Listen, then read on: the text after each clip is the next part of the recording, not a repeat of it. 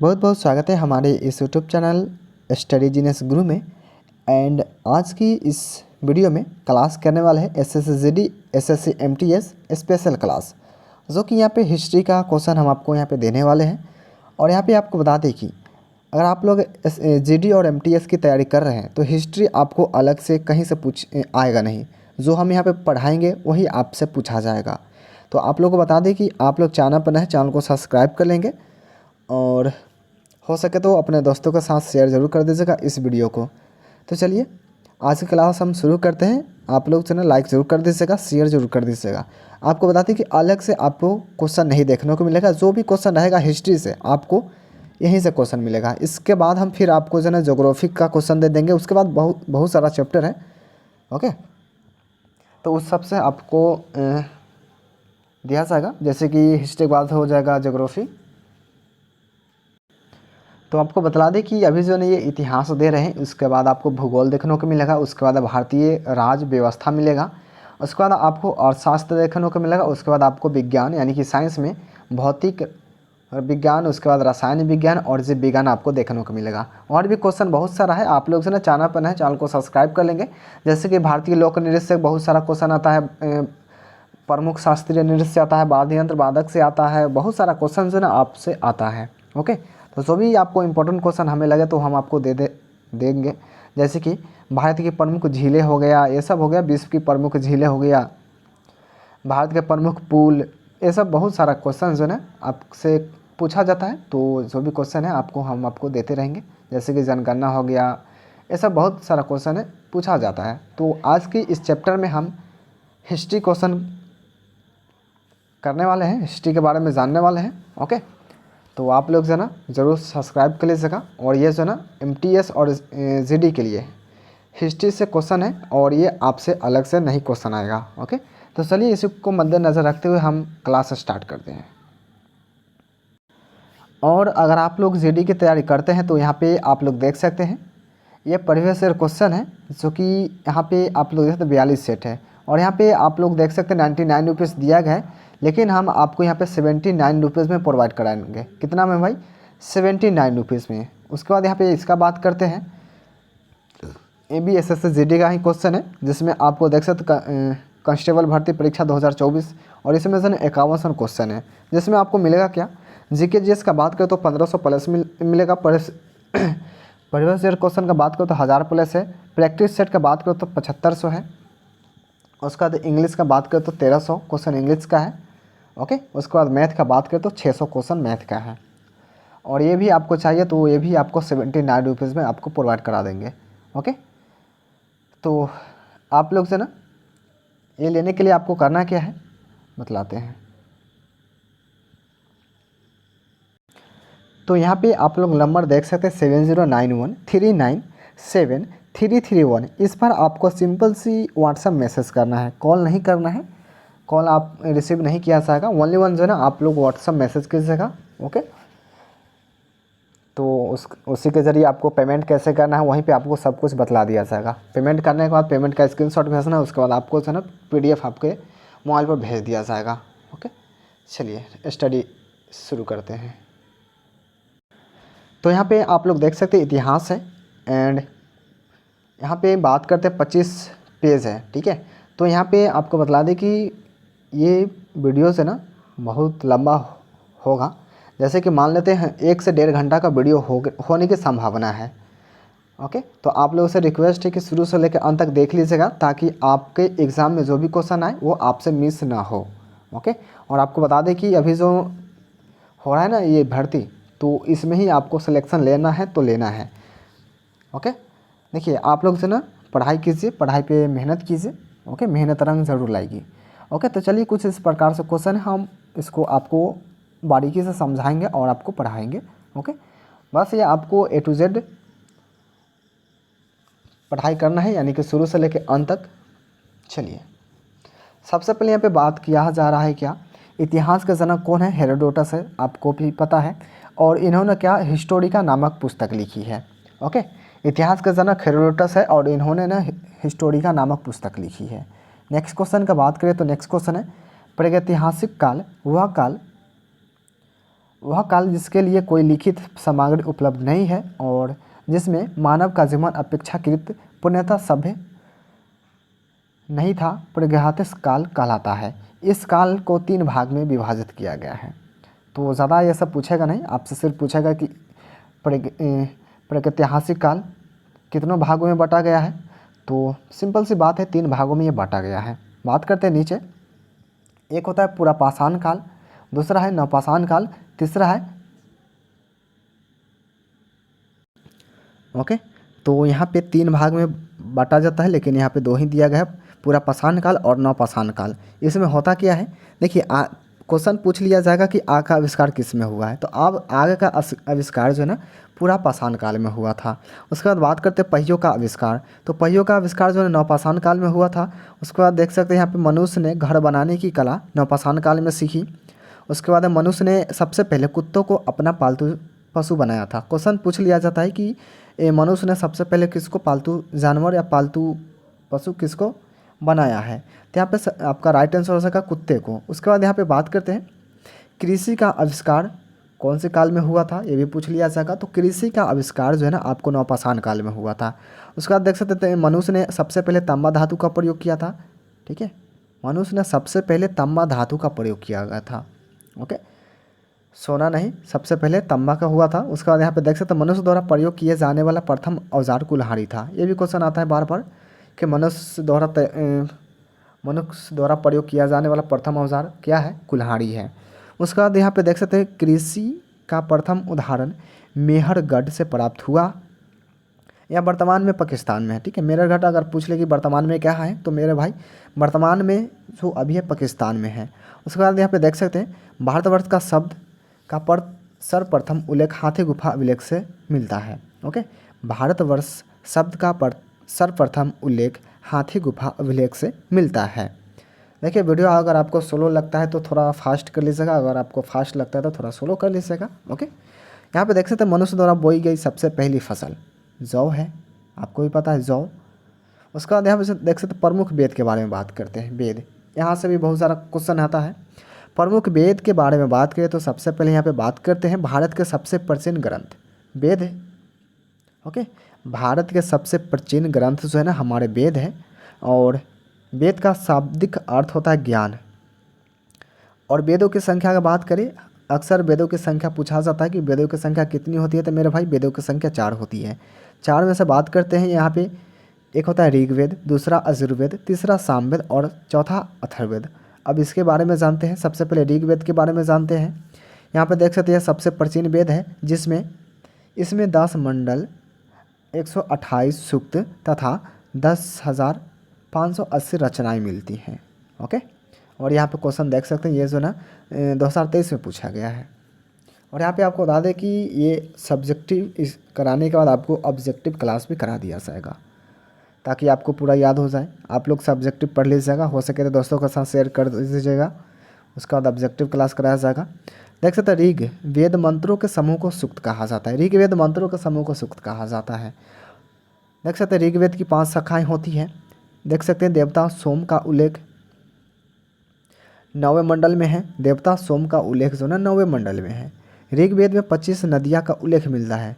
ठीक है, ऋग्वेद में 25 नदियों का उल्लेख मिलता है। कभी कभी क्वेश्चन पूछ जाता है कि ऋग्वेद में कितने नदियों का उल्लेख मिलता है, तो मेरे भाई 25 राइट आंसर हो जाएगा। क्वेश्चन है गायत्री मंत्र जिसकी रचना ऋषि विश्वामित्र ने की थी। ओके, गायत्री मंत्र जिसकी रचना ऋषि विश्वामित्र ने की थी, उसका उल्लेख ऋग्वेद के 3 मंडल में है। ओके, चलिए इस सबको छोड़ते हैं। उसके बाद यहाँ पे देखते हैं जो इम्पोर्टेंट है वही हम आपको बतलाएंगे। ओके, चलिए यहाँ पे देख सकते हैं यजुर्वेद। यह वेद गद व पद दोनों में लिखा गया है। ओके, कभी कभी पूछता है कि गद व पद, तो यहाँ पे आपको जो है ना यजुर्वेद राइट आंसर है। उसके बाद देख सकते हैं सामवेद। तो इस वेद में संगीत की जानकारी मिलती है सामवेद में। ओके, सामवेद में संगीत यानी कि शास्त्र संगीत, शास्त्र सामवेद, ध्यान में रखिएगा, मिलती है। इसीलिए इसे भारतीय संगीत का जनक कहा जाता है। कभी कभी पूछ लिया कि भारतीय संगीत का जनक किसे कहा जाता है, तो यहाँ पे हमारा जो राइट आंसर का सामवेद उसका देख सकते हैं यह सबसे छोटा वेद है जिसमें धुनों और मंत्रों संगीत का संग्रह है, और ये भी क्वेश्चन पूछा गया है 2023 में। उसका बाद बात करते हैं अथर्ववेद के बारे में। तो अथर्ववेद के बारे में देख सकते हैं यह वेद सबसे बाद में लिखा गया है, इसे आधुनिक वेद भी कहते हैं। ओके, अथर्ववेद का बात करें तो यह वेद सबसे बाद में लिखा गया है और इसे आधुनिक वेद भी कहते हैं। इस वेद में जादू टोना, तंत्र मंत्र, चिकित्सा, विवाह तथा लौकिक जीवन का उल्लेख है। अथर्ववेद को ब्राह्मण वेद भी कहा जाता है, और इसमें यह बताया गया है कि सभा तथा समिति प्रजापति की 2 पुत्रियां हैं। उसके बाद यहाँ पे देख सकते हैं वेदांग की कुल संख्या 6 है। ओके, कभी कभी पूछ लेता है कि वेदांग की संख्या कितनी है, तो मेरे भाई वेदांग की कुल संख्या जो ना 6 होते हैं, 6 में बात करें तो पहला शिक्षा, दूसरा ज्योतिष, तीसरा व्याकरण, चौथा कल्प, और पांचवा जो है निरुक्त हो जाएगा, छठा हो जाएगा छंद। उसके बाद देख सकते हो पुराणों की कुल संख्या 18 होती है। कितना? पुराणों की कुल संख्या हमारे 18 होते हैं। ये सब जो हम बतला रहे हैं ये सब आप कमेंट जरूर करके बतलाइएगा, कमेंट कीजिएगा। ओके, चलिए उसके बाद यहाँ पे देख सकते पुराणों के रचयिता लोमहर्ष व उनके पुत्र उर्गसर्वा हैं। ओके, पुराणों के रचयिता लोमहर्ष व उनके पुत्र अग्रसर्वा है। पुराणों में सबसे प्राचीन एवं प्रमाणिक पुराण मत्स्य पुराण है। कौन सी पुराण है भाई? मत्स्य पुराण है। उसके बाद यहाँ पे देख सकते हैं वर्तमान उपलब्ध पुराण गुप्त काल के आसपास के हैं। विष्णुगुप्त का संबंध मौर्य वंश से है। ओके, विष्णुगुप्त का संबंध जो है ना, विष्णु पुराण का संबंध मौर्य वंश से है। मत्स्य पुराण का सातवाहन वंश तथा वायु पुराण का गुप्त वंश से है। ध्यान में रखिएगा ये वाला। उसके बाद देख सकते हैं अर्थशास्त्र के लेखक चाणक्य हैं। ओके, कभी कभी क्वेश्चन पूछ सके अर्थशास्त्र के लेखक कौन है, तो अर्थशास्त्र के लेखक जो है हमारे चाणक्य जी हैं। और बात करते हैं विष्णुगुप्त तथा कौटिल्य, इनके ही नाम है। ठीक है, यहाँ पर देख सकते हैं विष्णुगुप्त तथा कौटिल्य के नाम से भी जाना जाता है। किसको? चाणक्य जी को। उसका देख सकते हैं अर्थशास्त्र पुस्तक मूलतः राजनीति से संबंधित शास्त्र है। इसमें मौर्यकालीन इतिहास का उल्लेख है। उसका देख सकते राजतरंगिणी पुस्तक के लेखक कलहन है। कभी कभी पूछ लेता है कि राजतरंगिणी पुस्तक के लेखक कौन है, तो वही हमारे कलहन है। और यहाँ पे देख सकते हैं इस पुस्तक में कश्मीर के राजाओं का इतिहास वर्णित है। अष्टाध्यायी पुस्तक के लेखक पाणिनि हैं। ये भी क्वेश्चन आता है अष्टाध्यायी के लेखक कौन है, तो पाणिनि जी हैं।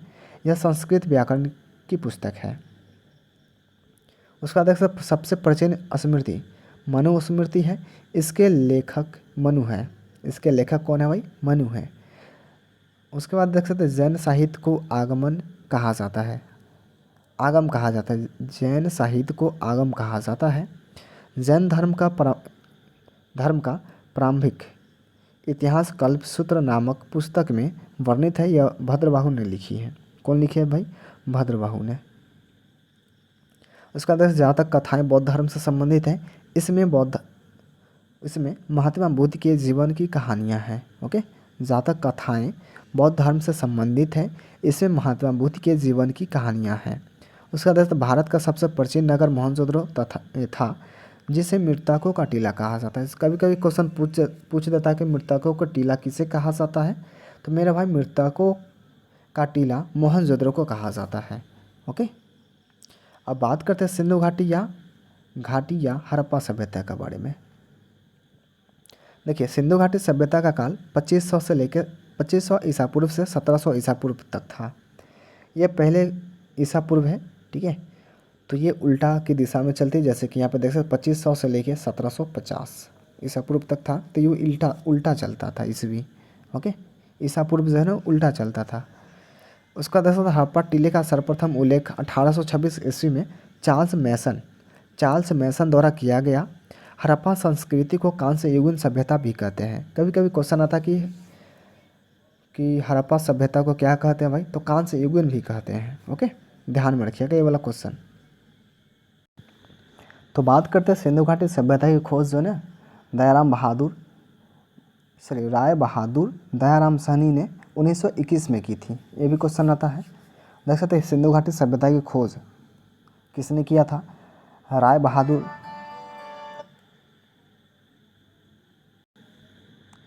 नेक्स्ट है, इस सभ्यता के मुख्य निवासी द्रविड़ तथा भूमध्य सागरीय थे। यह एक नगरीय सभ्यता थी। कभी कभी पूछ लगा नगरीय सभ्यता कौन थे भाई, तो यहाँ पे सिंधु घाटी थी। उसके बाद यहाँ पे देख सकते हैं सिंधु सभ्यता का प्रमुख बंदरगाह लोथल को माना जाता है। ओके, सिंधु सभ्यता का प्रमुख बंदरगाह लोथल को माना जाता है। उसका देख सकते हैं सिंधु सभ्यता की लिपि भावात्मक यानी कि चित्रणात्मक थी। यह लिपि दाएं से बाएं लिखी जाती थी। ठीक है, दाएं से बाएं यानी कि दाएं इधर से इधर लिखी जाती थी।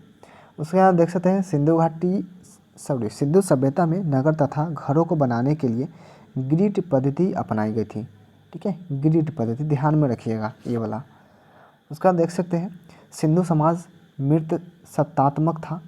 सिंधु समाज जो है मृत सत्तात्मक था। उसका देख सकते हैं मोहनजोदड़ो ने एक कांस्य की मूर्ति नर्तकी मिली है। मोहनजोदड़ो से एक कांस्य की मूर्ति नर्तकी मिली है। उसका देख जुते हुए खेत के साक्ष्य कालीबंगा से प्राप्त हुए हैं। कभी कभी क्वेश्चन इससे भी आता है कि जुते हुए खेत कहाँ से मिले भाई, तो ये कालीबंगा से मिले हैं। उसका यहाँ पे देख सकते हैं नक्काशीदार ईंटे के प्रयोग के साथ साक्ष्य भी कालीबंगन से प्राप्त हुए हैं। उसके बाद यहाँ पे देख सकते हैं, ये हो सके तो आप लोग स्क्रीनशॉट ले लीजिएगा। देखिए बतलाते हैं हम आपको। देख सकते हैं यहाँ पे हड़प्पा की खोज जो कि पाकिस्तान में है, और नदी का बात करें तो ये रावी नदी पर है। और ये कब खोजा गया था, तो ये खोजा गया था 1921 में। उसका मोहनजोदड़ो का बात करें ये भी पाकिस्तान में है और ये सिंधु नदी पर है। और बात करते हैं इसकी खोज का, तो ये 1922 में खोजा गया है। चनहुद्रो का बात करें ये भी पाकिस्तान में है। और नदी का बात करें तो सिंधु नदी के किनारे है या तट पर है। बात करते हैं इनकी खोज जो है ना 1931 में किया गया। उसका देख सकते हैं कालीबंगा है और ये जो है राजस्थान में है, और घाघर नदी पर 1953 में। लोथल है गुजरात में। ओके, अभी जो है गुजरात में है। उसका भगवान नदी, और ये 1957 में हुआ था। धौलावीरा भी हमारे गुजरात में है भगवान नदी पर 1967 में। उसका बाद सुतकांगोडोर है, ये भी पाकिस्तान में है और दाक्स नदी पर है और 1927 में खोज किया गया था। उसके बाद बात करते हैं मोहनजोदड़ो से प्राप्त सबसे बड़ी इमारत अन्नागार है। ओके, कौन है भाई, अन्नागार है। इसकी मुख्य फसल गेहूं और जौ थी।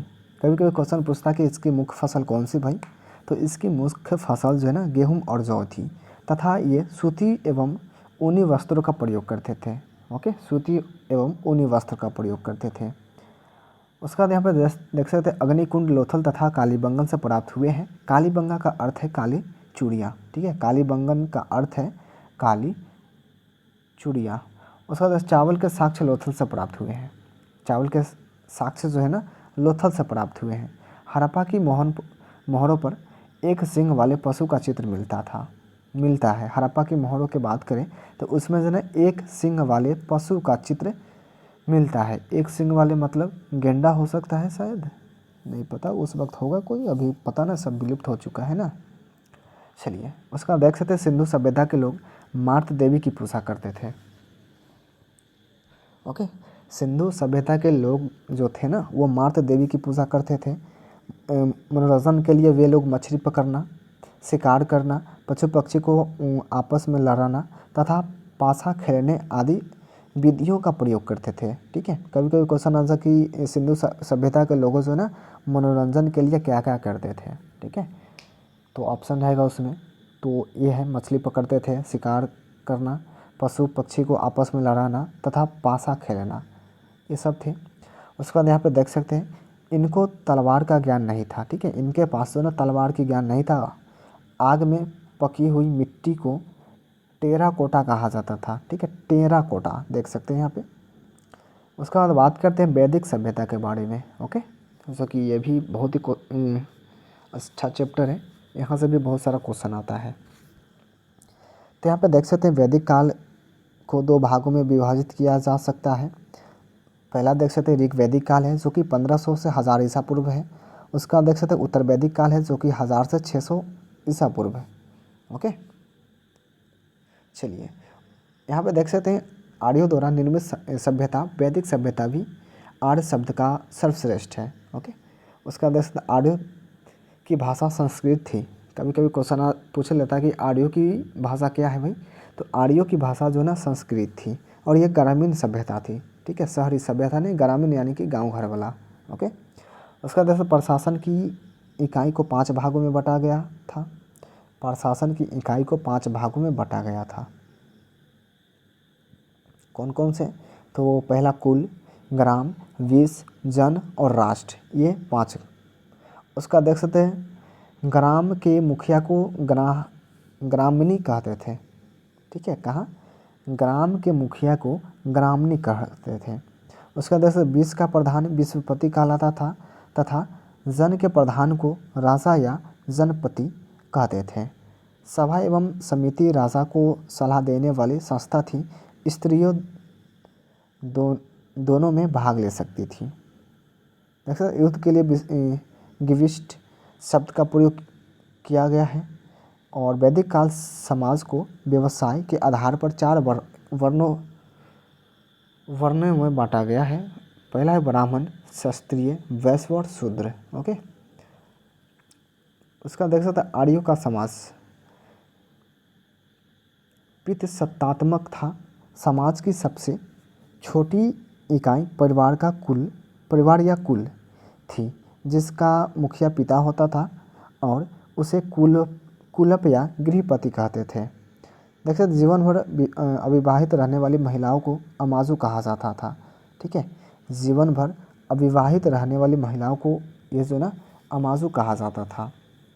उसका देख सकते हैं आर्यों का प्रिय पेय पदार्थ जो ना सोमरस, यानी कि अभी का बात करें तो ताड़ी को बोलते हैं सोमरस। ओके, यह वनस्पति से बनाया जाता था। वनस्पति यानी कि पेड़ पौधा से, आई होप आपको भी पता होगा।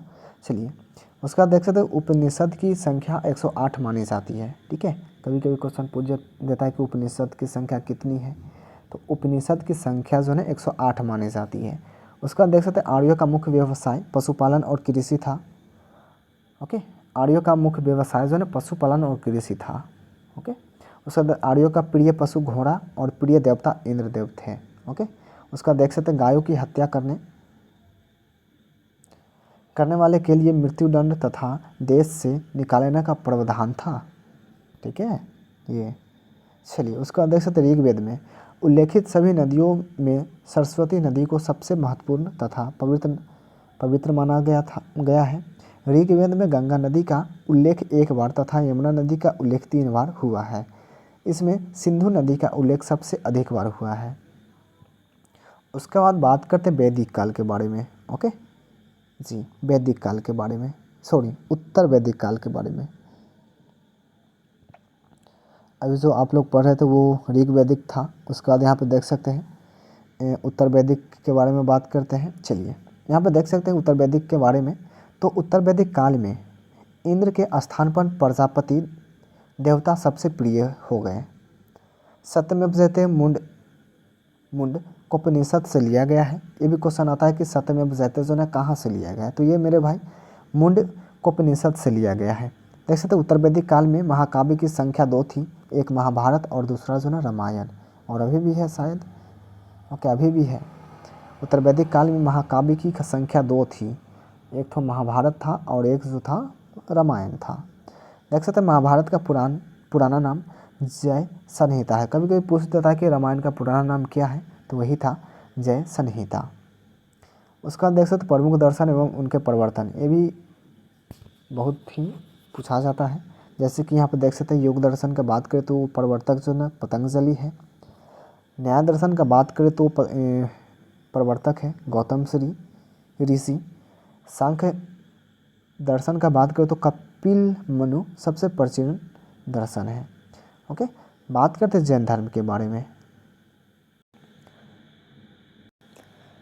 तो यहाँ पे देख सकते जैन धर्म के संस्थापक तथा प्रथम तीर्थंकर ऋषभदेव उपनाम आदिनाथ थे। ओके, उसका देख सकते जैन धर्म के 23वें तीर्थंकर पार्श्वनाथ थे, जो काशी के राजा थे। ठीक है, काशी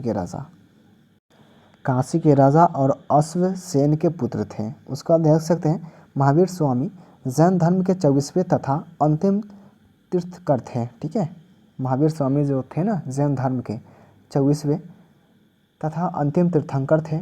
उसके बाद यहाँ पे देख सकते हैं महावीर स्वामी का जन्म जो है 540 ईसा पूर्व में कुंडन ग्राम वैशाली में हुआ था। ओके, उनके पिता का नाम सिद्धार्थ था जो गात्रिक कुल के सरदार थे और माता का नाम तिरछला देवी था।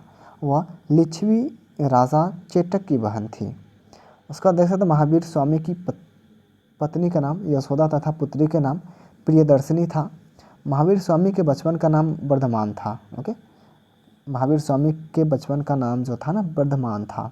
उसका यहाँ पर देख सकते महावीर स्वामी ने 30 वर्ष की आयु में माता पिता की मृत्यु के पश्चात अपने बड़े भाई नंदीवर्धन से अनुमति लेकर सन्यासी जीवन को स्वीकारा था।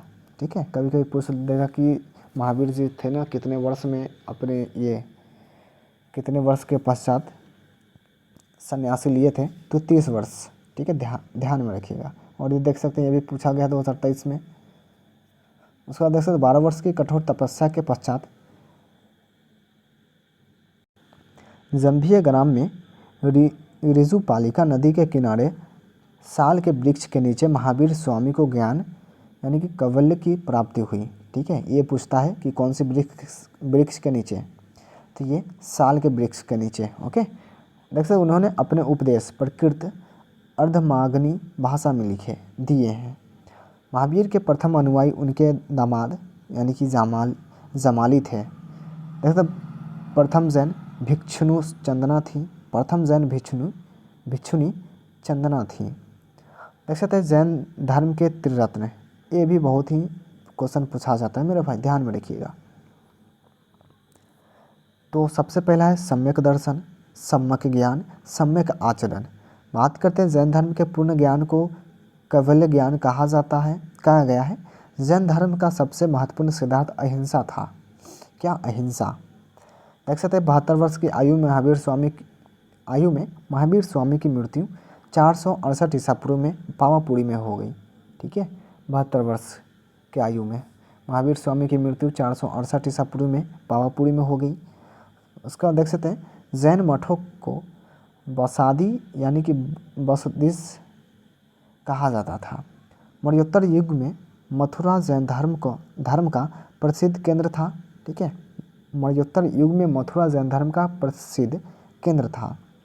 खजुराहो यानी कि मध्य प्रदेश में जैन मंदिर का निर्माण चंदेल शासक ने करवाया था। ठीक है, खजुराहो है जो कि मध्य प्रदेश में है और यहाँ पे जैन मंदिर का निर्माण जो है चंदेल शासकों ने करवाया था। उसका देख सकते हैं जैन धर्म को मानने वाले राजा थे कौन कौन? एक चंद्रगुप्त मौर्य थे, खरवेल थे,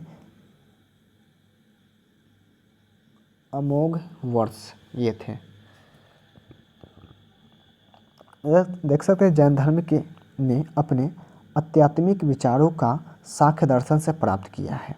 ओके, कहाँ से भाई? सांख्य दर्शन से। उसका बाद जैन धर्म संगीति 300 ईसा पूर्व में पाटलिपुत्र में हुई थी, जिनका अध्यक्ष स्थूलभद्र था। ठीक है, कौन थे भाई? स्थूलभद्र। देखिए एक बार में नहीं तो आप लोग जो है ना 2 बार जरूर देख लीजिएगा ताकि आपको पूरा समझ में आ जाए। देखिए द्वितीय जैन संगीति 6वीं शताब्दी में वल्लभी यानी कि गुजरात में हुई। इसका अध्यक्ष क्षमा शर्मन था। जैसे जैन धर्म 2 भागों में विभाजित हुआ था। एक श्वेतांबर जो कि सफ़ेद वस्त्र धारण करने वाले, दिगंबर जो कि नग्न रहने वाले हैं। ओके, जैन धर्म जो है 2 भागों में विभाजित हुआ था। एक जो है श्वेतांबर और एक थे दिगंबर। श्वेतांबर का अर्थ है सफ़ेद वस्त्र धारण करने वाले, जो सफ़ेद वस्त्र पहनते हैं, और दिगंबर जो कि नग्न रहते हैं यानी कि बिना वस्त्र के। देख सकते श्वेतांबर स्थूलभद्र के शिष्य थे, दिगंबर भद्रबाहु के शिष्य थे। ओके, श्वेतांबर स्थूलभद्र के शिष्य थे और दिगंबर जो है ना भद्रबाहु के शिष्य थे। बात करते हैं बौद्ध धर्म का। तो बौद्ध धर्म का बात करते हैं, यहाँ पे देख सकते हैं बुद्ध साकेगण नामक एक छोटे गण से संबंधित थे और एक क्षत्रिय थे। और ये पूछा गया है SSC, ये भी 2023 में ही पूछा गया है। देख सकते बौद्ध धर्म के संस्थापक गौतम बुद्ध थे। ओके, बौद्ध धर्म के संस्थापक जो है ना गौतम बुद्ध थे। इन्होंने एशिया का ज्योतिपुंज कहा जाता है। ठीक है, इन्हें एशिया का ज्योतिपुंज कहा जाता है यानी कि लाइट ऑफ एशिया। ओके, इनका जन्म जो है 563 ईसा पूर्व में कपिलवस्तु के लुम्बिनी नामक स्थान पर हुआ था। ठीक है, इनका जन्म जो है बौद्ध का, गौतम बुद्ध का 563 ईसा पूर्व में कपिलवस्तु के लुम्बिनी नामक स्थान पर हुआ था। बात करते हैं इनके पिता का नाम। इनके पिता का नाम शुद्धोधन था, जो साक्य गण के मुखिया थे।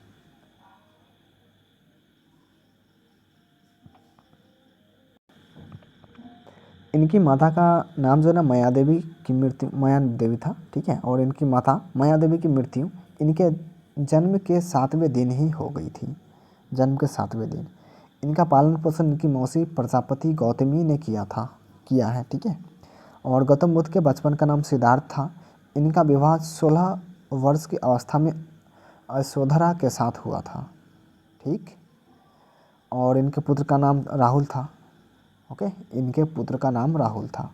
उसका देख सकते सिद्धार्थ के लोगों के दुखों को दूर करने का निश्चय लेते हुए 29 वर्ष की आयु में गृह त्याग किया, जिसे बौद्ध धर्म में महाभिनिष्कर्मण कहा जाता है बौद्ध धर्म में। उसका बाद ये क्या है, चलिए देख लेते हैं। देखिए, सिद्धार्थ ने ज्ञात की खोज में इधर उधर भटकने के बाद सर्वप्रथम वैशाली के समीप अलार कलाम तथा रुद्र करामपुक्त नामक 2 गुरुओं से शिक्षा ली थी। अलार कलाम साख्य संप्रदाय के अनुयायी थे। 6 वर्ष की कठोर तपस्या के पश्चात उनको वैशाली पूर्णिमा की रात निर्जला फल्गु या पुनपुन नदी के किनारे पीपल के वृक्ष के नीचे ज्ञान की प्राप्ति हुई। उन्होंने अपना प्रथम उपदेश सारनाथ में दिया। ये भी क्वेश्चन पूछता है कि गौतम बुद्ध जो है ना, ये सबसे पहले अपना उपदेश जो है ना कहाँ दिए थे, तो ये सारनाथ में दिए थे, ध्यान में रखिएगा। जिसे बौद्ध ग्रंथों में धर्मचक्र प्रवर्तन के नाम से जाना जाता है। उसका देख महात्मा बुद्ध ने तपस्सु एवं भल्लिक नामक 2 शूद्रों को बौद्ध धर्म का सर्वप्रथम अनुयायी था। और ये क्वेश्चन कहाँ पूछा गया, 2 फरवरी 2023 को पूछा गया था, शिफ्ट फर्स्ट में। ऐसे बुद्ध ने सर्वाधिक उपदेश श्रावस्ती में दिए हैं। ओके, कहाँ, श्रावस्ती में दिए हैं। बुद्ध के प्रसिद्ध अनुयायी शासक बिंबिसार, प्रसेनजित तथा उदयन थे। देख सकते हैं कुशीनगर में 483 ईसा पूर्व में 80 वर्ष की अवस्था में उन्होंने शरीर त्याग दिया। इसे बौद्ध ग्रंथों में महापरिनिर्वाण कहा जाता है। ठीक है जी, इसी को कहा जाता है। और बौद्ध धर्म के त्रिरत्न हैं बुद्ध, धम्म तथा संघ। कौन कौन भाई, बौद्ध धर्म के त्रिरत्न बुद्ध, धर्म, संघ। देख सकते हैं वास्तुकार ने वज्जी पर प्रस्तावित हमले के बारे में सलाह देने के लिए बुद्ध से मुलाकात की थी। और ये क्वेश्चन पूछा गया है 2023 में, देख सकते हैं। उसके बाद देख सकते हैं चतुर्थ बौद्ध संगीति के बाद बौद्ध धर्म 2 भागों एक जो है ना हीनयान और एक हो जाएगा महायान में विभाजित किया गया। देख सकते हैं बौद्ध धर्म साहित्य के 3 पिटक, एक जो है ना सूत पिटक, विनय पिटक तथा अभिधम्म पिटक। ये भी क्वेश्चन बार बार पूछा जाता है, ध्यान में रखिएगा। बौद्ध साहित्य के 3 पिटक हैं, एक है सूत पिटक, विनय पिटक और अभिधम्म। तथा अपने प्रिय शिष्य आनंद के आग्रह पर बुद्ध ने बौद्ध संघ में स्त्रियों के प्रवेश को अनुमति दी है। देख सकते बौद्ध धर्म की पवित्र शिक्षा दिशा दक्षिण थी। कभी कभी क्वेश्चन पूछता है कि बौद्ध धर्म की पवित्र दिशा, तो दिशा वही दक्षिण। उसके बौद्ध धर्म का प्रचार पाली भाषा में किया गया था। ठीक है, बौद्ध धर्म का प्रचार जो है ना पाली भाषा में किया गया था। बौद्ध ग्रंथों में संस्कृत का प्रयोग अभिधम्म पिटक से प्रारंभ होता है और शून्यवाद के प्रवर्तक नागार्जुन थे। ठीक है, शून्यवाद के प्रवर्तक कौन है भाई? नागार्जुन थे। यहाँ पे देख सकते हैं विज्ञानवाद के प्रवर्तक जो है ना, विज्ञानवाद के प्रवर्तक मैत्रेयनाथ थे। देख सकते हैं शुद्ध पिटक को प्रारंभिक बौद्ध धर्म का इंसाइक्लोपीडिया कहा जाता है। बुद्ध के पूर्व जन्म की कथाएं, जातक कथाएं शुद्ध पिटक में वर्णित है। तिब्बत में बौद्ध धर्म का प्रचार करने वाले बौद्ध भिक्षु पद्म संभव थे। देख सकते हैं नालंदा तथा विक्रमशिला विश्वविद्यालय बौद्ध शिक्षा के लिए प्रधान केंद्र थे। बुद्ध पावा से कुशीनगर चले गए और यहीं पर सुभद्र को अपना अंतिम उपदेश दिया। देख सकते अशोक, मिनांडर, कनिष्क, हर्षवर्धन ने बौद्ध धर्म के प्रसार में विशिष्ट योगदान दिया था। जैसे बुद्ध के पंचशील सिद्धार्थ का वर्णन छंदोय उपनिषद में मिलता है। उसका देख सकते बहुत संगीति, तो हो सके तो इसको जो है स्क्रीनशॉट ले लीजिएगा, पढ़ लीजिएगा। ओके, आगे देखते हैं। आगे बात करते हैं शैव धर्म। देख सकते हैं शिवलिंग की पूजा का पहला साक्ष्य हड़प्पा से मिलता है। ठीक है, शैव धर्म में शिवलिंग की पूजा का पहला साक्ष्य जो है ना हड़प्पा से मिलता है। ऋग्वेद में शिव का उल्लेख रुद्र के रूप में मिलता है। देख सकते हैं एलोरा के प्रसिद्ध कैलाश मंदिर का निर्माण राष्ट्रकूट वंश के राजा कृष्ण प्रथम ने करवाया था। चोल शासक राजवंश प्रथम ने तंजौर में प्रसिद्ध राजेश्वर मंदिर का निर्माण कराया, जिसे बृहदेश्वर मंदिर भी कहते हैं। देख सकते कुषाण शासकों की मुद्रा पर शिव एवं नंदी का एक साथ चित्र मिलता है। ओके जी, कुषाण शासकों की मुद्रा पर शिव एवं नंदी का एक साथ चित्र मिलता है। बात करते हैं ईसाई धर्म। देखिए ईसाई धर्म के संस्थापक जो है ईसा मसीह है। इन्हें यीशु नाम से भी पुकारा जाता है। ओके, ईसाई धर्म का संस्थापक ईसा मसीह है, इन्हें यीशु नाम से भी पुकारा जाता है। ईसाई धर्म का प्रमुख ग्रंथ जो है बाइबिल है, बाइबिल। और ईसा मसीह का जन्म जो है जेरूशलम के निकट बेथलेहम नामक स्थान पर हुआ था। बात करते हैं ईसा मसीह के जन्म को क्रिसमस के रूप में मनाया जाता है, यानी कि 25 दिसंबर को क्रिसमस डे मनाया जाता है ना, तो वही ये ईसा मसीह के जन्मदिन पर क्रिसमस डे मनाया जाता है। देख सकते हैं इनकी माता का नाम मैरी तथा पिता का नाम जोसेफ था। देखिए ईसा मसीह को फांसी पर पोंटिसियन ने चढ़ाया। ठीक है, किसने? पोंटियस ने चढ़ाया था। बात करते इस्लाम धर्म के बारे में। देखिए इस्लाम धर्म के संस्थापक हज़रत मोहम्मद साहब थे। ओके, इनका जन्म जो है 570 ईसा पूर्व में मक्का में हुआ था। कहाँ? मक्का में हुआ था। और इनके पिता का नाम अब्दुल्ला तथा माता का नाम अमीना था। और हज़रत मोहम्मद साहब को 610 ईस्वी में मक्का के पास हीरा नामक गुफा में ज्ञान की प्राप्ति हुई। ठीक है, कहाँ? हीरा नामक गुफा में ज्ञान की प्राप्ति हुई। बात करते हैं 622 ईस्वी को पैगंबर के मक्का से मदीना की यात्रा को इस्लाम धर्म में हिजरी सम्मत के नाम से जाना जाता है। मोहम्मद साहब के उत्तराधिकारी खलीफा कहलाए।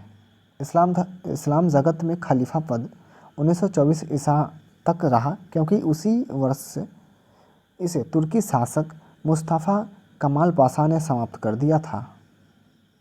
बात करते हैं फारसी धर्म। ओके, ये भी एक धर्म ही है। देख सकते फारसी धर्म का संस्थापक ज़रथुष्ट्र ईरानी था। देख सकते इसकी शिक्षाओं का संकलन चेंद अवेस्ता नामक ग्रंथ में है, जो पर्सियों का धार्मिक ग्रंथ है। देख सकते हैं इसके अनुयायी एक ईश्वर अहूर मंजा को मानते हैं। सिख धर्म, यहाँ पे देख सकते हैं सिख धर्म की संस्थापक गुरु नानक देव ने की थी। ये सिखों के पहले गुरु थे। ये मुग़ल बादशाह बाबर तथा हुमायूं के समकालीन थे। गुरु नानक ने लंगर व्यवस्था का प्रचलन कराया। इन्होंने ही अनेक संगत धर्मशाला स्थापित की। गुरु नानक देव की मृत्यु 1539 ईसा पूर्व में करतारपुर में हुई थी। इनका जन्म जो है 1469 ईस्वी में तलवंडी यानी कि ननकाना साहिब में हुआ था। और गुरु अंगद सिखों के दूसरे गुरु थे। इनका मूल नाम लहना था। देखिए, गुरुमुखी लिपि का आरंभ गुरु अंगद ने किया। ठीक है, गुरुमुखी लिपि का आरंभ जो है गुरु अंगद ने किया। इन्होंने लंगर व्यवस्था को अस्थायी बना दिया। देख सकते सिखों के तीसरे गुरु अमरदास थे। गुरु अमरदास ने हिंदुओं से अलग होने वाले कई कार्य किए। देख सकते हैं, इन्होंने सिखों के लिए हिंदू से अलग विवाह पद्धति बनाई जिसे लवन कहते हैं। एक बार अकबर ने गुरु रामदास से मुलाकात की और इसकी पुत्री बीबी भानी को कई गांव दान में दिए। देख सकते हैं, सिखों के चौथे गुरु रामदास थे। ये भी पूछा जाता है, सिखों के चौथे गुरु, तीसरे गुरु, दूसरे गुरु, ध्यान में रखिएगा, रामदास थे। अकबर ने गुरु रामदास की पत्नी बीबी भानी को 500 बीघा ज़मीन दी थी। गुरु रामदास ने इसी ज़मीन पर अमृतसर जलाशय तथा अमृतसर शहर की स्थापना की। अमृतसर शहर का पहला नाम रामदासपुर रखा गया था। देख सकते गुरु अर्जुन देव सिखों के 5वें गुरु थे। ठीक है, गुरु अर्जुन देव सिखों के 5वें गुरु थे। इन्होंने आदि ग्रंथ की रचना की। किसकी ग्रंथ? कौन सी ग्रंथ? आदि ग्रंथ की रचना की। देख सकते हैं, इन्होंने हरमंदिर साहिब स्वर्ण मंदिर का निर्माण अमृतसर जलाशय के अंदर कराया था। और मुग़ल बादशाह जहांगीर ने गुरु अर्जुन देव की हत्या 1606 ईसा पूर्व में राजकुमार खुसरो की सहायता करने के कारण करवा दी। ओके, देख सकते सिखों के छठे गुरु हरगोविंद थे। इन्होंने सिखों के सैन्य संगठन का रूप दिया था। अकाल तख्त का निर्माण कराया। इन्होंने अमृतसर की किलेबंदी की। ठीक है जी, हरगोविंद जी ने। देख सकते सिखों के 7वें गुरु हर राय थे तथा दारा सिकोह ने इसमें मुलाकात की तथा आशीर्वाद प्राप्त किया। उसके बाद यहाँ पे देख सकते हैं, ये आठवें गुरु जो ना हरि किशन थे, सिखों के 8वें गुरु। उसके बाद यहाँ पे देख सकते हैं सिखों के 10वें गुरु व अंतिम गुरु गोविंद सिंह थे। इनका जन्म जो ना 1666 ईसा पूर्व में पटना में हुआ था। इनके निवास स्थान को अंगदपुर साहिब कहते हैं। इन्होंने बाहुल प्रणाली का शुरुआत की। देख सकते इन्होंने सिखों के लिए 5 ककार पंचम कार अनिवार्य किए। देख सकते केस, कंघा, कृपान, कक्षा, कारा। देख सकते इन्होंने पुरुषों के नाम से अंत में सिंह तथा महिला के नाम के अंत में कौर जोड़ने को कहा। ठीक है, कौर तो पता नहीं, लेकिन सिंह जुड़ रहा है अभी तक भी। चलिए, देख सकते खालसा पंथ की स्थापना 1699 ईस्वी में बैसाखी के दिन गुरु गोविंद सिंह ने की थी। गुरु गोविंद सिंह की मृत्यु 1708 ईस्वी में नांदेड़ नामक स्थान पर हुई। देख सकते इनके 2 पुत्र फतेह सिंह व जोरा सिंह को वजीर खां ने दीवार में चिनवा दिया। शायद दीवार में होता था ना। उसका देख सकते हैं गुरु गोविंद ने आदि ग्रंथ को वर्तमान अस्थायी रूप दिया था और यह भी कहा कि गुरुवाणी अब सिख संप्रदाय के लिए गुरु का काम करेगी। उसका देख सकते बंदा बहादुर, इसके बारे में तो ज़्यादा पूछता नहीं, इसको छोड़ते हैं। महाराजा रंजीत सिंह, शायद इसको भी छोड़ ही देते हैं।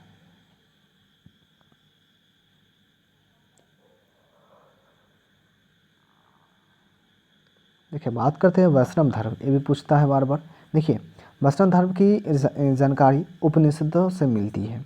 इसका विकास भगवत धर्म से हुआ था। वैष्णव धर्म के प्रवर्तक वासुदेव कृष्ण थे, जो वृष्णि वंशीय यादव कबीले के थे। देख सकते हैं प्रमुख मत तथा आचार्य, देख लीजिएगा।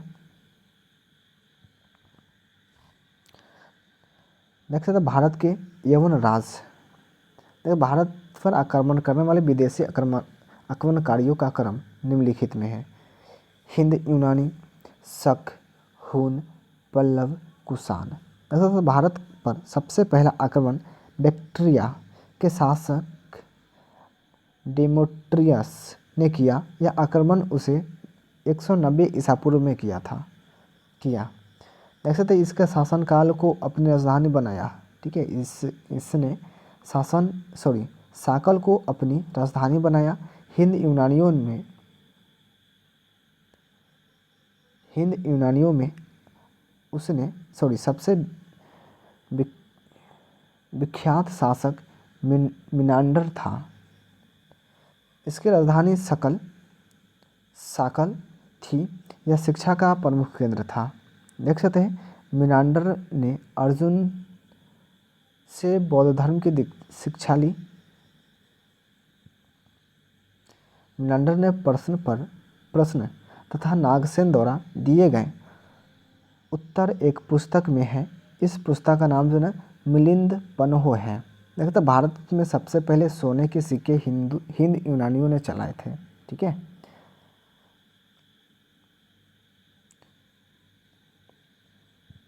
बात करते हैं शक। देख सकते हैं शक मूलतः मध्य एशिया के निवासी थे और प्रथम शक राजा मोगा था। 58 ईसा पूर्व में उज्जैन के एक स्थानीय राजा ने शकों को बाहर खदेड़ दिया और विक्रमादित्य की उपाधि धारण की और एक संवत चलाया जिसे विक्रम संवत के नाम से जाना जाता है। उसी समय से विक्रमादित्य की उपाधि एक लोकप्रिय उपाधि बन गई, जिसकी संख्या भारतीय इतिहास में 14 तक पहुंच गई। शकों का सबसे प्रतापी राजा रुद्रदामन प्रथम था, जिसका शासन गुजरात के एक बड़े भाग पर था। ठीक है, उसका शासन जो है गुजरात के एक बड़े भाग पर था। देख सकते रुद्रदामन ने मौर्य द्वारा निर्मित सुदर्शन झील का पुनः जीर्णोद्धार कराया।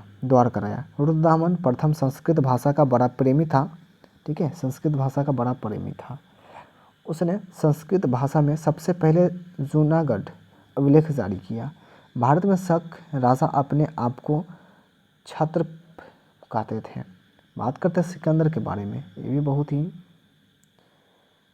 देख सकते हैं। सिकंदर का जन्म 356 ईसा पूर्व में हुआ था। इनके पिता का नाम फिलिप द्वितीय था। यह मकदूनिया के राजा था। सिकंदर का गुरु अरस्तु था और अरस्तु का गुरु प्लेटो तथा प्लेटो के गुरु सुकरात था। ध्यान में रखिएगा। सिकंदर ने भारत पर 326 ईसा पूर्व में आक्रमण किया था। इसका सेनापति सेल्यूकस निकेटर था। बात करते हैं सिकंदर का युद्ध पंजाब के राजा पोरस के साथ हुआ। यह युद्ध झेलम नदी पर लड़ा गया। इस युद्ध को इतिहास में हाई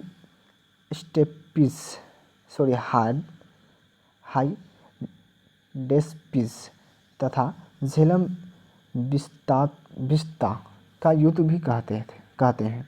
सिकंदर की सेना ने ब्यास नदी को पार करने से मना कर दिया।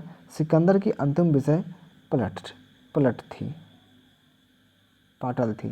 देख सकते सिकंदर 325 ईसा पूर्व में भारत से लौटा। ठीक है, सिकंदर जो ना 325 ईसा पूर्व में भारत से लौटा। वह भारतीय दार्शनिक कला नाश को अपने साथ ले गया। देख सकते सिकंदर की मृत्यु 323 ईसा पूर्व में बेबीलोन में 33 वर्ष की अवस्था में हो गई। ठीक है ना, 33 वर्ष की अवस्था में। देख सकते हैं इसके जल सेनापति का नाम निर्याकस था तथा इसके प्रिय घोड़े का नाम बुकाफेला था। इसी के नाम पर सिकंदर ने झेलम नदी के किनारे एक नगर बसाया। बात करते हैं मगध राज का उदय। ये भी बार बार पूछा जाता है, देख सकते हैं। प्राचीन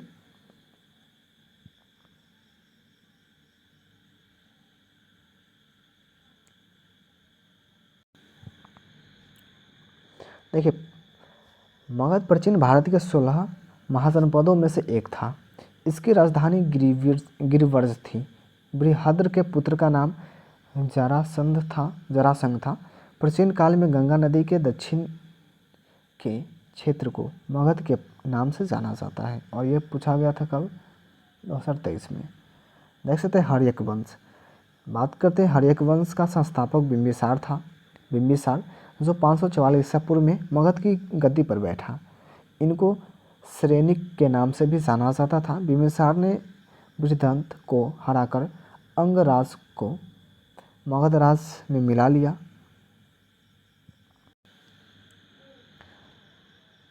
नेक्स्ट, बिंबिसार ने राजगृह का निर्माण कर उसे एक अपनी राजधानी बनाया। बिंबिसार महावीर, जैन और गौतम बुद्ध के समकालीन थे। बिंबिसार ने राजवैद्य जीवक को महात्मा बुद्ध की सेवा करने के लिए उसके पास भेजा। ओके, देख सकते हैं। बिंबिसार की हत्या उसके पुत्र अजातशत्रु ने कर दी। ठीक है, बिंबिसार की हत्या उसके पुत्र अजातशत्रु ने कर दी और वह 492 ईसा पूर्व में मगध की गद्दी पर बैठा। इसने गौतम बुद्ध के चचेरा भाई देवदंत के कहने पर अपने पिता की हत्या की थी। अजातशत्रु का उपनाम कुनिक था। वैसे तो वह प्रारंभ में जैन धर्म का अनुयायी था, परंतु बाद में बौद्ध धर्म को मानने लगा। अजातशत्रु ने 32 वर्षों तक मगध पर शासन किया। अजातशत्रु के मंत्री का नाम वत्सकार था। इसी की सहायता से अजातशत्रु ने वैशाली पर विजय प्राप्त की थी। वैसे अजातशत्रु के समय गौतम बुद्ध का महापरिनिर्वाण हुआ था। अपने पिता की हत्या कर उदयन मगध की गद्दी पर बैठा और उदयन ने पाटलिपुत्र कुसुमपुर की स्थापना की। वह जैन धर्म की अनुयायी था। देख सकते हैं हर्यक वंश का अंतिम राजा जो है उदयन का पुत्र नागदशक था, और नागदशक को उसके मंत्री शिशुनाग ने गद्दी से हराकर 412 ईसा पूर्व में शिशुनाग वंश की स्थापना की थी। शिशुनाग ने अपनी राजधानी पाटलिपुत्र से बदलकर वैशाली में स्थापित की। शिशुनाग ने अवंती राज्य को मगध में मिलाया। वैसे पाटलिपुत्र में स्थानांतरित होने से पहले राजगिरी कई वर्षों तक मगध की राजधानी पर थी। ठीक है, और ये पूछा गया था कब? ये भी 2023 में ही पूछा गया, 16 जनवरी। देख सकते हैं शिशुनाग का उत्तराधिकार कालाशोक था। ठीक है, कालाशोक, और वह पुनः अपनी राजधानी पाटलिपुत्र ले गया। जैसे नंदवंश के संस्थापक पद्मानंद था, और नंदवंश का अंतिम राजा घनानंद था। नंदवंश सर्वाधिक घनी राज एवं विशाल सेना के लिए प्रसिद्ध था। जैसे घनानंद सिकंदर के समकालीन था। इसको चंद्रगुप्त मौर्य ने युद्ध में पराजित करके मगध पर मौर्य वंश की स्थापना की। बात करते हैं मौर्य साम्राज्य के बारे में। ये भी बहुत ही पूछा जाता है, ध्यान में रखिएगा। देख सकते हैं मौर्य वंश के स्थापना चंद्रगुप्त मौर्य ने की थी। ठीक है, मौर्य वंश की स्थापना जो है चंद्रगुप्त मौर्य ने की थी, और ये भी क्वेश्चन पूछा गया 2023 में। और देख सकते हैं चंद्रगुप्त मौर्य को सेंड्रोकोटस भी कहा जाता है। चंद्रगुप्त मौर्य का प्रधानमंत्री चाणक्य था। इसकी सहायता से इससे घनानंद को हराया था। चाणक्य ने अर्थशास्त्र नामक पुस्तक लिखी। इस पुस्तक का संबंध प्राचीन भारतीय राजनीति से है। देख सकते हैं चंद्रगुप्त मौर्य 322 ईसा पूर्व में मगध की राजधानी पर बैठा। चंद्रगुप्त मौर्य जैन धर्म के अनुयायी था। किसका? जैन धर्म का। इसका धार्मिक गुरु भद्रबाहु था। ठीक है, धार्मिक गुरु जो है भद्रबाहु था। चंद्रगुप्त मौर्य ने 305 ईसा पूर्व में सेल्यूकस निकेटर को हराया। ठीक है, चंद्रगुप्त मौर्य ने 305 ईसा पूर्व में सेल्यूकस निकेटर को हराया। सेल्यूकस निकेटर ने अपनी पुत्री कर्नेलिया कर्नेलिया की शादी चंद्रगुप्त मौर्य के साथ कर दी। कर्नेलिया का दूसरा नाम हेलेना था। मेगास्थनीज जो सेल्यूकस निकेटर का राजदूत था वो चंद्रगुप्त मौर्य के दरबार में रहता था और मेगास्थनीज ने इंडिका नामक पुस्तक लिखी। कभी कभी पूछतेगा कि मेगास्थनीज ने कौन सी पुस्तक लिखी, तो इंडिका नामक पुस्तक लिखी और ये भी क्वेश्चन पूछा गया है 11 जनवरी को। बात करते हैं मेगास्थनीज के अनुसार चंद्रगुप्त के रक्षक शाही जुलूसों के दौरान सोने और चांदी से सजाए गए हाथियों की सवारी करते थे। ठीक है, हाथियों की सवारी। तो यहाँ पे देख सकते चंद्रगुप्त मौर्य के बारे में जानकारी रुद्रदामन की जूनागढ़ अभिलेख से मिलती है। यह अभिलेख ब्राह्मी लिपि में है। चंद्रगुप्त मौर्य और सेल्यूकस निकेटर के बीच में हुए युद्ध का वर्णन एफियानस ने अपने पुस्तक में किया। चंद्रगुप्त मौर्य ने सेल्यूकस निकेटर को 500 हाथी उपहार दिए थे। चंद्रगुप्त मौर्य की मृत्यु 298 ईसा पूर्व में श्रवणबेला कर्नाटक में हुई। मेगास्थनीज के अनुसार पाटलिपुत्र में कुल 64 द्वार थे। ठीक है, 64 द्वार। और ये भी क्वेश्चन पूछा जाता है। बात करते बिंदुसार के बारे में। चंद्रगुप्त का उत्तराधिकारी बिंदुसार था जो 298 ईसा पूर्व में मगध की गद्दी पर बैठा। बिंदुसार को अमित्रघात भी कहते हैं। अमित्रघात का अर्थ शत्रु विनाशक होता है। देख सकते हैं बिंदुसार आजीवक संप्रदाय का अनुयायी था। बिंदुसार के दरबार में डायमेकस नामक राजदूत को सीरियन राजा एंटियोकस प्रथम ने भेजा था। देख सकते बौद्ध विद्वान तारानाथ ने बिंदुसार को 16 राज्यों का विजेता बताया था। जैन ग्रंथों में बिंदुसार को सिंहसेन कहा जाता है। सिंहसेन। चिकुई मौर्य साम्राज्य इतना बड़ा था इसलिए अलग अलग हिस्सों पर अलग अलग शासन किया जाता था। पाटलिपुत्र के आसपास के इलाकों पर सम्राट का सीधा नियंत्रण था। बात करते हैं अशोक के बारे में। ये बहुत ही इंपॉर्टेंट क्वेश्चन होता है अशोक के बारे में। देख सकते हैं बिंदुसार का उत्तराधिकारी अशोक महान हुए जो 269 ईसा पूर्व में मगध की राजधानी पर बैठा। अशोक ने कश्मीर में श्रीनगर वसाया। अशोक ने नेपाल में ललितपतन नगर बसाया और ये पूछा गया था 16 जनवरी 2023 को। वैसे तो राजगद्दी पर बैठने के समय अशोक अवंती का राजपाल था और मास्की एवं गुर्जरा अभिलेख में अशोक का नाम अशोक मिलता है। पुराणों में अशोक को अशोकवर्धन कहा गया है। पुराणों में वैसे तो अशोक ने राजगद्दी पर बैठने के 8 वर्ष बाद 261 ईसा पूर्व में कलिंग पर आक्रमण कर दिया और कलिंग की राजधानी तोसली पर अधिकार कर लिया। कलिंग का राजा खारवेल था जो जैन धर्म का अनुयायी था और इस युद्ध में भयंकर मारकाट को देखकर अशोक को बहुत पीड़ा हुई और उसने कभी भी युद्ध न करने का निर्णय लिया। इस युद्ध के बाद अशोक ने बौद्ध धर्म अपना लिया। पहले वह भगवान शिव की पूजा करता था।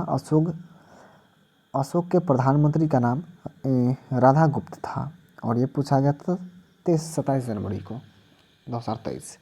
अशोक का धार्मिक गुरु उपगुप्त था। अशोक की माता का नाम शुभदांगी था। शुभद्रांगी। वह चंपा के एक ब्राह्मण की पुत्री थी।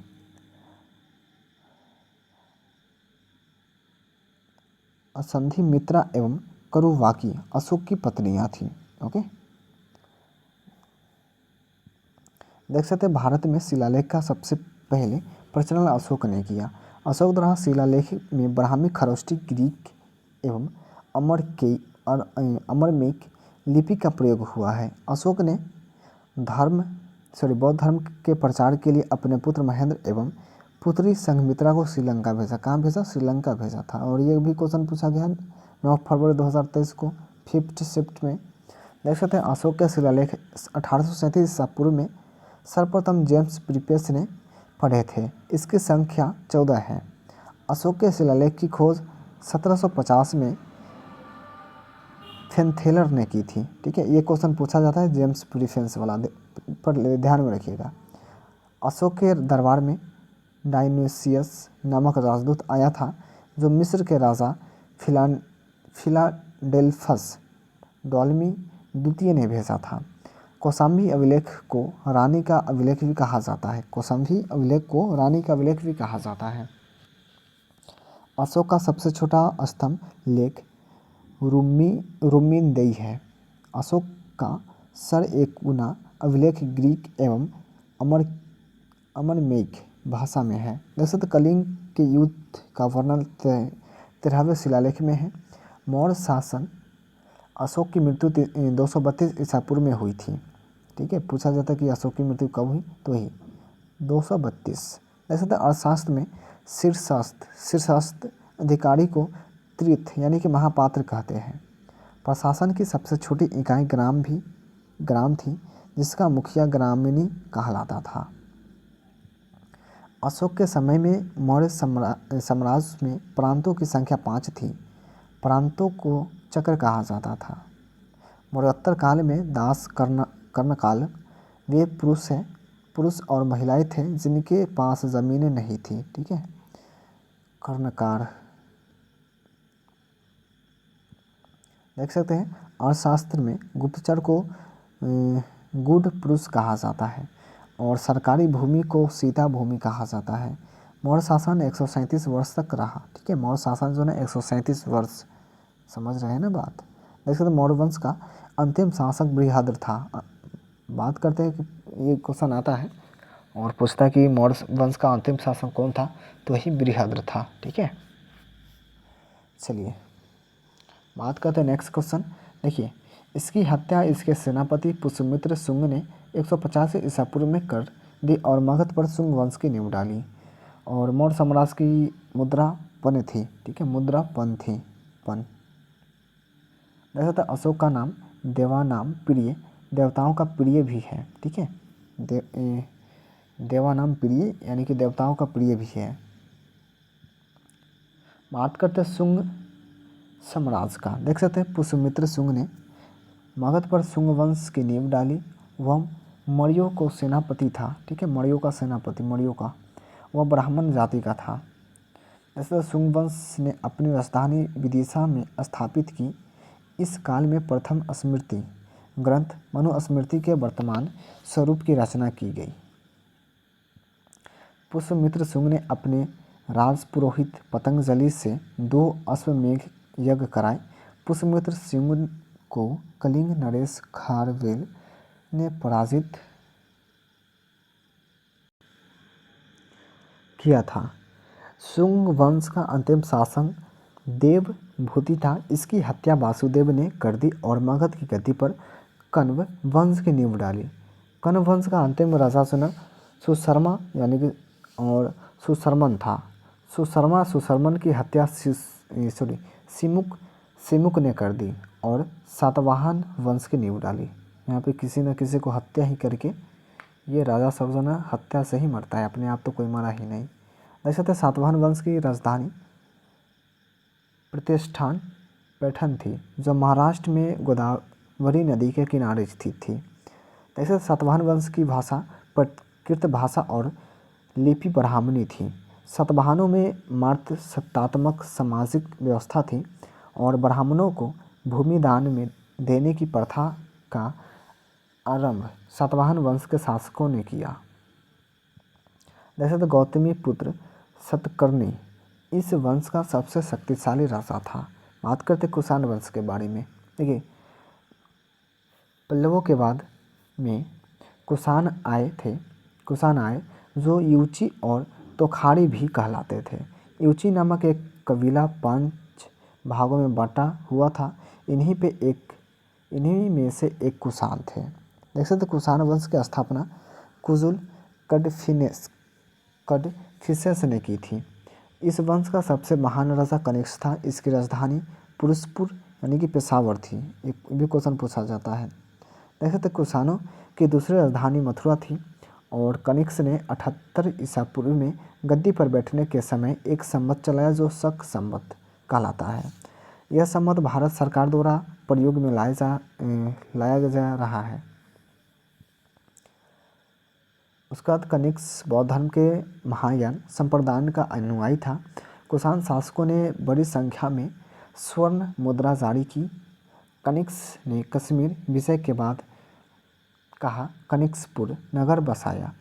उसने महाराजा देवपुत्र कनिष्क की उपाधि ली थी। देख सकते कनिष्क के दरबार में चरक राजवैद्य रहता था, जिससे चरक संहिता लिखी। अशोक घोष कनिष्क के राजकवि थे, जिसने कनिष्क के बौद्ध धर्म की दीक्षा ली। कनिष्क का पुरोहित संरक्षक था। ये भी क्वेश्चन पूछा गया कब?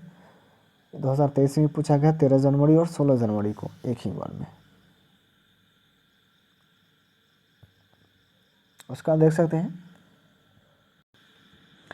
कनिष्क के दरबार में अशोक घोष, नागा अर्जुन, चरक, वसुमित्र, पार्श्वमथर और संरक्षक रहते थे।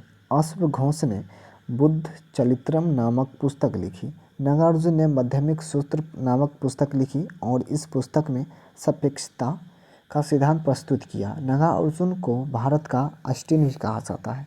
कभी कभी क्वेश्चन पूछता कि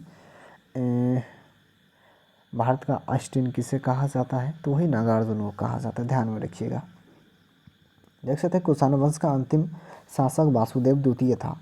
चरक को आयुर्वेद के जनक के रूप में जाना जाता है, चरक को, ठीक है।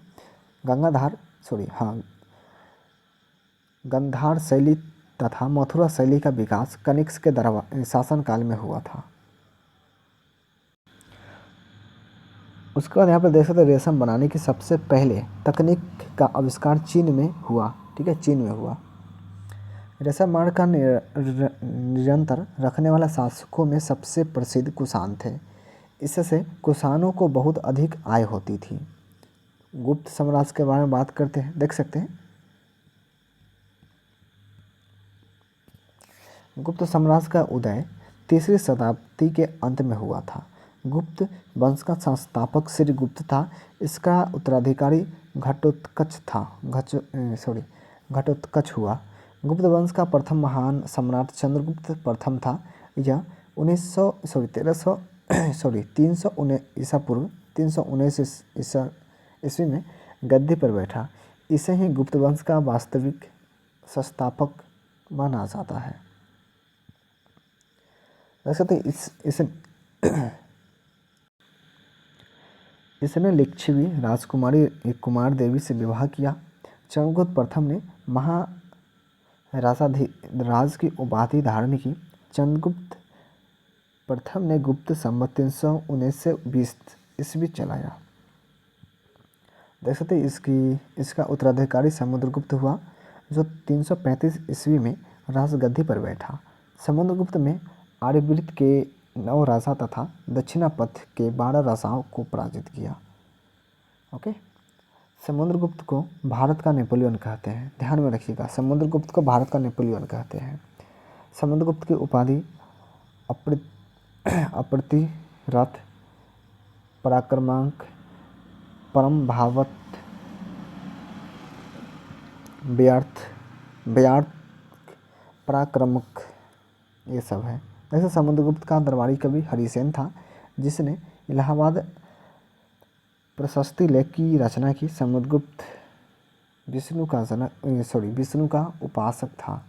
जैसे तो समुद्रगुप्त संगीत प्रेमी था। इसके सिक्कों पर वीणा बजाते हुए दिखाया गया है।